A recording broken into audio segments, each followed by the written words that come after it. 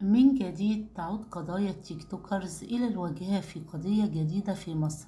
حيث قامت الأجهزة الأمنية بالقبض على التيك توكر الشهيرة المسماة بوحش الكون وبناتها في محافظة الإسكندرية، على خلفية اتهامهن بنشر فيديوهات تحرض على الفسق والفجور ولا تتناسب مع قيم ومبادئ المجتمع المصري. كانت الإدارة العامة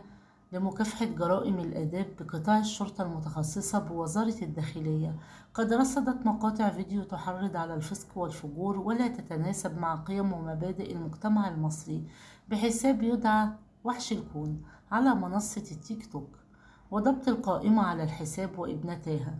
يذكر أن حساب وحش الكون على تيك توك كان قد تعرض للهجوم خلال الأيام الماضية بسبب محتواه، فيما علق أحد المهاجمين الست طلعت تجد ببناتها في إشارة إلى الأم صاحبة الحساب،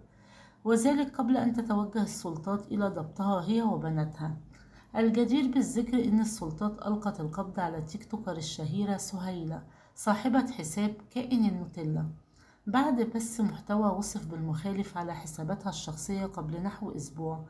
جاء ذلك بعد يومين من ضبط راقصة سورية الجنسية تسمي نفسها صوفيا لورين بعد توجيه تهم بث مقاطع لها ظهرت فيها وهي تستعرض أجزاء حساسة من جسدها على موقع تيك توك.